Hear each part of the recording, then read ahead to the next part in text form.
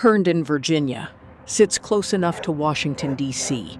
that people commute in for work and drive home to something quieter. Split-level houses, cul-de-sacs, soccer practice on Saturdays.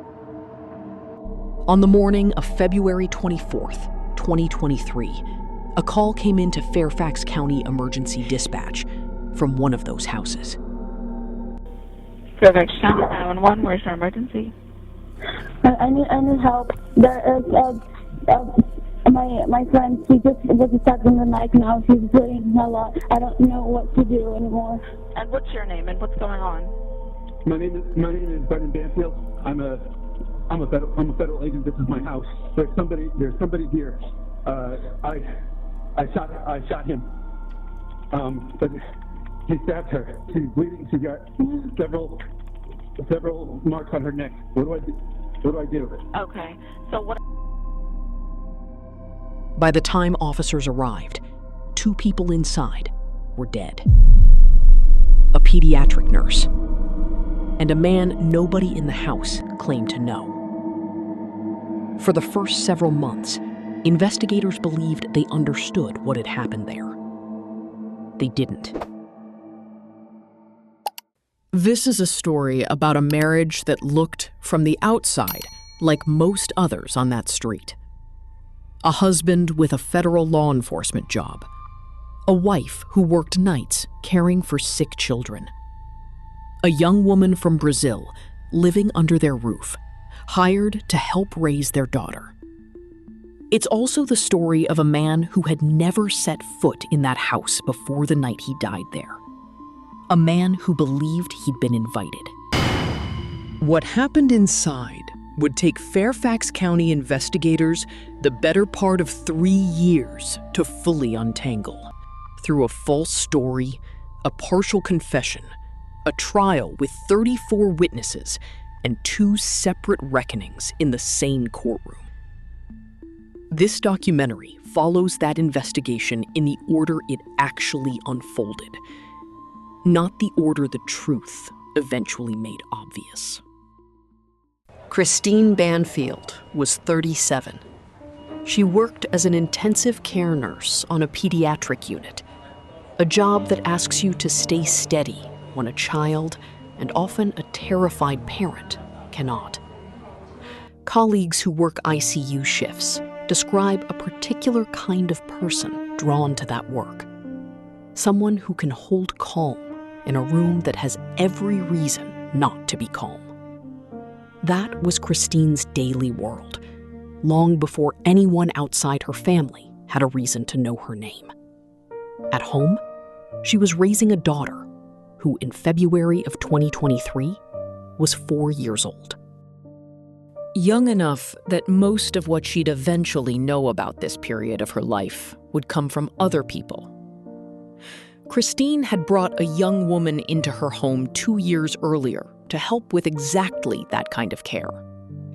Juliana Perez Magalhanes, a 21-year-old au pair from Brazil, moved in with the family in October of 2021. For a while, by every outward account, it worked the way these arrangements are supposed to. A young woman helping raise a small child, a working mother getting some of her time back. Christine had no way of knowing that inside her own house, something else had already begun. On the morning of February 24, 2023, Fairfax County Dispatch received a call from the Banfield home in Herndon. Then the line went dead.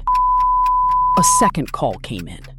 It too was disconnected before dispatchers could get a clear picture of what was happening inside. On the third call, someone finally stayed on the line long enough to report an emergency. A woman's voice reported that a man had broken into the home. Then a second voice, a man's, came onto the line and said he had shot someone. He said the man had been attacking his wife. Officers arrived within minutes. Upstairs, in a bedroom, they found a man dead from gunshot wounds.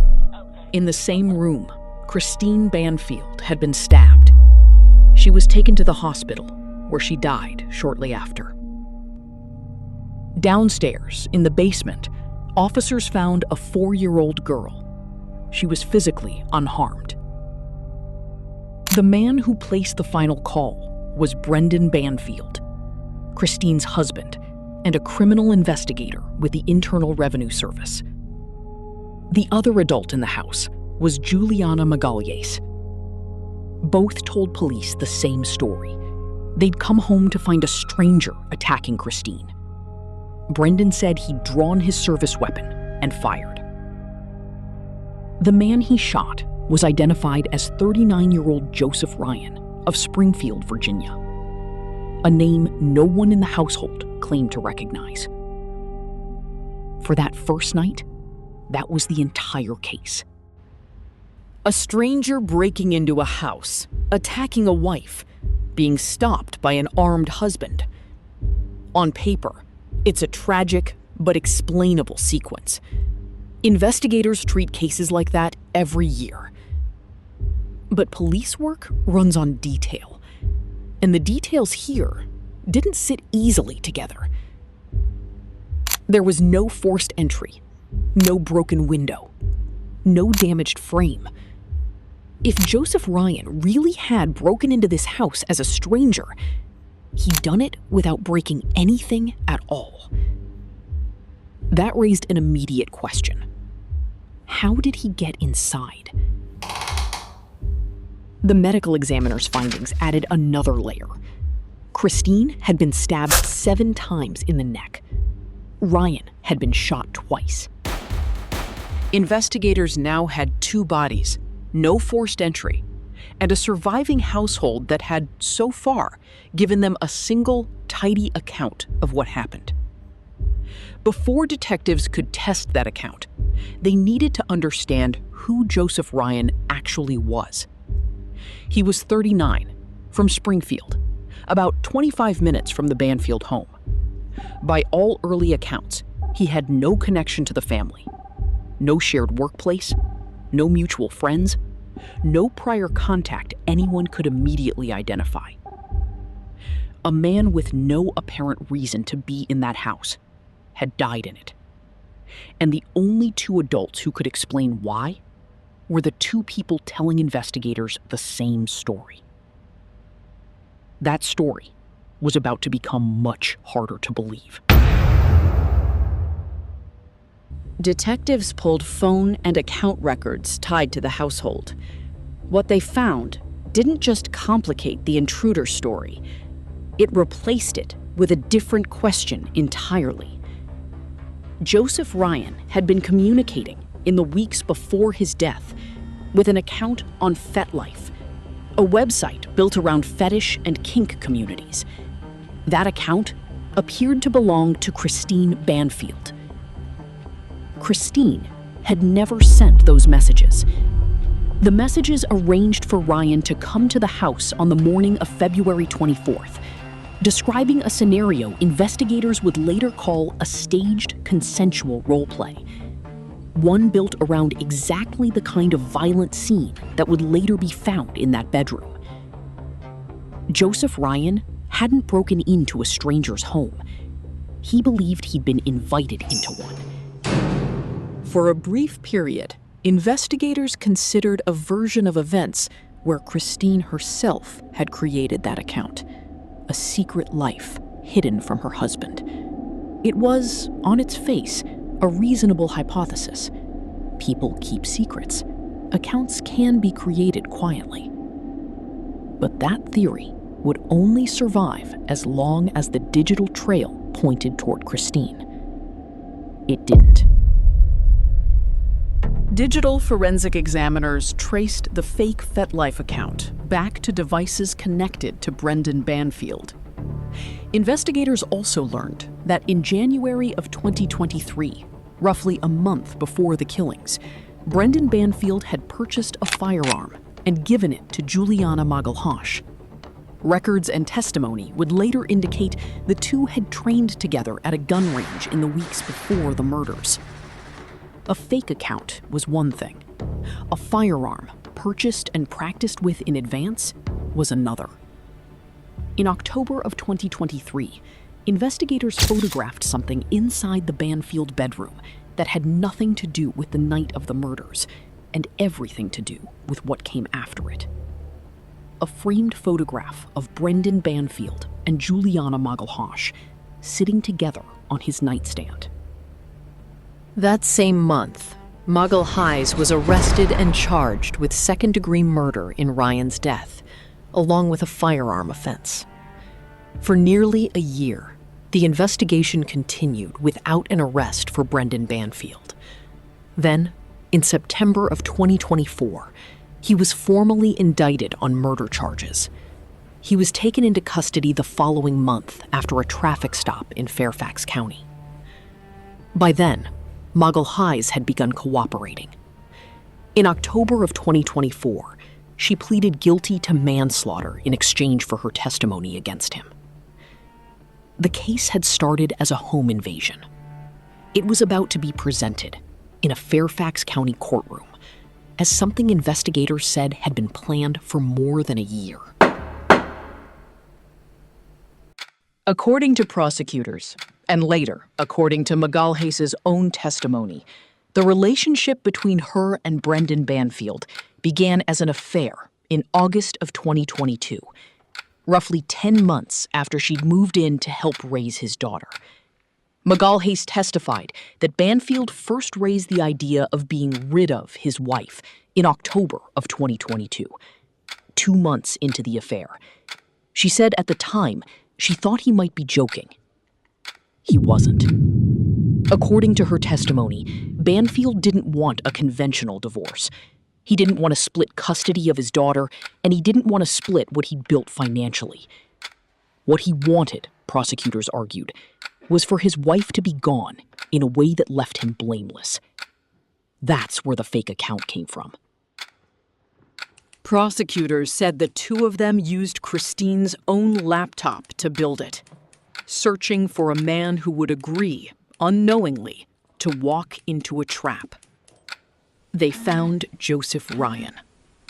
According to testimony, the messages sent to him while posing as Christine laid out specific instructions for how the encounter he believed he'd been invited to would unfold, timed for a morning when the house would otherwise be empty. On the morning of February 24th, according to Magalhaes' testimony, she waited in a car outside the home with the 4-year-old girl while Brendan drove to a nearby McDonald's, establishing, prosecutors argued, an alibi for himself before the plan proceeded. When Ryan arrived at the house, Magalhaes called Banfield. He returned. Together, prosecutors said, they brought the child down to the basement. Then, they went upstairs. What happened next is where the two accounts of that morning split apart completely, and where a jury would eventually have to decide which one to believe. The prosecution's account, built on Magalhaes' testimony, and supported, they argued, by the digital evidence. Brendan Banfield shot Joseph Ryan, then stabbed his wife with the same knife Ryan had brought with him. Magalhaes testified that when she saw Ryan still moving, she fired a second shot into him herself to make sure he was dead. Brendan Banfield's account, given under oath in his own defense. He said he'd come home after Magalhaes called to warn him about a stranger in the house. He said he went upstairs with his service weapon drawn and found his wife with Ryan, and that Christine called out a warning about a knife. He testified he was extremely terrified and fired his weapon, striking Ryan, believing he was protecting his wife from an active attack. What both sides agreed on: Christine Banfield died of stab wounds. Joseph Ryan died of gunshot wounds. The fake account that brought him to the house was created using her devices, not his. What remained in dispute was who had built that account, who had known about it in advance, and why. on a morning staged, prosecutors said, to look like a stranger's crime. The truth belonged to someone already inside the house. Brendan Banfield's trial began on January 13th, 2026. Over 3 weeks, the jury would hear from 34 witnesses. 2 of them would matter more than any others. Juliana Magalhaes took the stand first, testifying over 3 days. She described the affair, the plan, and what she said she witnessed in that bedroom. She told the court she had carried the details of that morning in silence for more than a year before she finally agreed to cooperate. Asked why she eventually came forward, she told the court, in substance, that she could no longer live with what she'd been carrying alone. On cross-examination, Banfield's defense attorney challenged her credibility directly, reading aloud from letters she'd written from jail to her family in Brazil, including one in which she discussed a reported offer for the rights to her story. The defense argued her testimony had been shaped by self-interest, not truth. Her plea agreement, after all, meant a lighter sentence in exchange for testifying against him. Brendan Banfield testified in his own defense as well, over 2 days. He denied knowing about the fake account before his wife's death. He denied ever using her devices. He told the jury the affair with Magalhaes had been just that, an affair, nothing more calculated than that. He maintained that what happened in that bedroom was exactly what he'd told police the night it happened. A husband coming home to danger, doing what he believed necessary to save his wife. In closing arguments, prosecutor Jenna Sands offered a different explanation for that same set of facts, telling the jury that Banfield had fallen for Magalhaes, feared losing her, and needed his wife gone in order to keep the family, the money, and the future he'd already begun planning with someone else. On February 2nd, 2026, the jury returned its verdict. Guilty on multiple counts of aggravated murder, 1 for each life taken, along with a count of child endangerment tied to the fact that his 4-year-old daughter had been inside the house during the killings.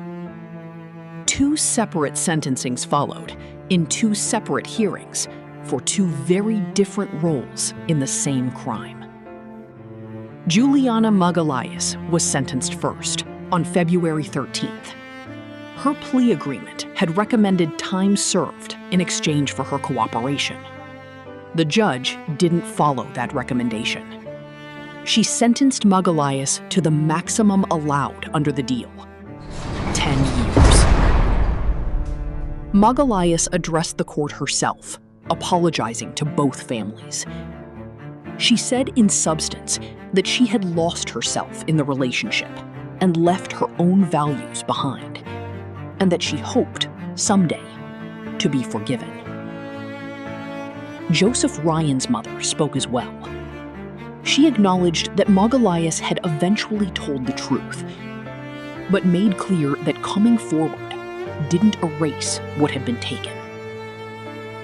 Brendan Banfield was sentenced on June 5th, 2026. Under Virginia law, a conviction for aggravated murder carries a mandatory life sentence.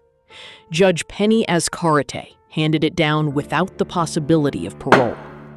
She didn't stop there. She told him his disregard for his wife's life, someone she said he had supposedly loved, was almost unfathomable. She described months of scheming, a plan with many moving parts, an innocent man lured into a fatal trap, and a husband who never once considered what any of it would do to his own daughter. He had, she told him, taken everything from her. A 4-year-old girl lost her mother in that house and will grow up without the father who was supposed to raise her in her mother's place. Whatever accounting the courts were able to provide, they couldn't undo that. Christine's family released a statement thanking the jury, the investigators, and everyone who came forward with information during the case, recognizing, they said, how complex and difficult the trial had been to bring to a close. Joseph Ryan's family had no role in any of this beyond losing him. He wasn't a witness to a marriage falling apart. He wasn't part of an affair, a motive, or a plan. He was a man who believed he'd been invited somewhere. Deliberately, prosecutors said, because he was a stranger with no connection to anyone involved. Prosecutors, addressing his family directly at Magalhañas' sentencing, called him what he was: a son, a nephew, a grandson, caught in a plot that had nothing to do with him. In Herndon, neighbors described a street that didn't look any different after the trial ended. The same houses, the same driveways. But everyone on it now knew what those walls had contained. Christine Banfield spent her working life caring for other people's sickest children, in the hours of the night when families need someone steady the most. That's who she was before any of this. It's who she should be remembered as, not as a plot point in someone else's plan to be free of her. Joseph Ryan was 39 years old. He drove to a house in Herndon on a February morning, believing he'd been invited there. He had no idea he'd been selected, carefully, deliberately, to play a role in a plan built by two people he had never met. He deserves to be remembered as more than the role he was given. 2 lives were taken that same February morning for reasons that had nothing to do with either of them, and everything to do with what 2 other people wanted and how far they were willing to go to get it.